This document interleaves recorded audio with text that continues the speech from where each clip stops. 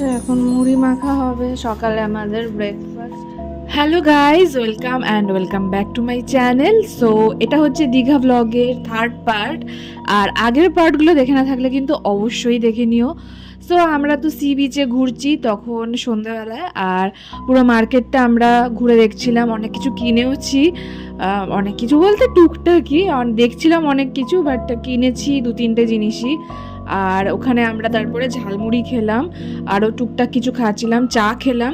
বেশ মজা হচ্ছিল দীঘার সি বিচটা আর মার্কেটটা ঘুরতে, কারণ আমি তো আগের ভিডিওতেই বলেছি আমি অনেক বছর পরে দীঘার মার্কেটে এলাম।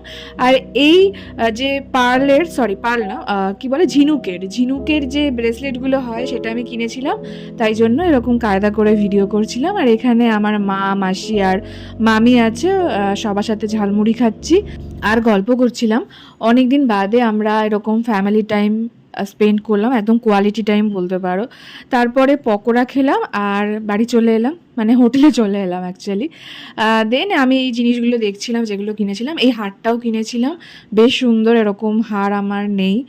আর তারপরে আমরা বসে গেলাম লুডো খেলতে। এই 2-3 দিন তো আমরা অনেক লুডো খেলেছি, আর আমি তো অনেক দিন বাদে লুডো খেলছি, সাধারণত খেলা হয় না, এরকম সবার সাথে আসলেই হয়। দেন রুটি আর চিকেন ছিল ডিনারে।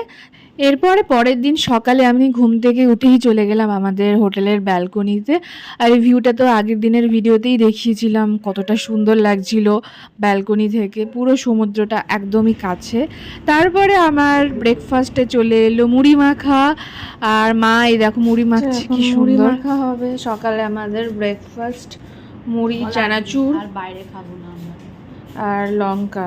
So healthy breakfast, as you guys can see। কাঁচি দিয়ে পেঁয়াজ কাটা হচ্ছে। লঙ্কা তো ইজিলি কাটা যায়, বাট পেঁয়াজ কাটাটা একটু ডিফিকাল্ট।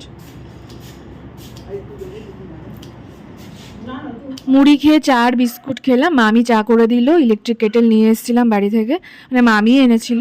এইভাবেই গেল সেদিনকে দিনটা। সো নেক্সট পার্ট খুব তাড়াতাড়ি আসছে, stay tune and subscribe. Thanks for watching.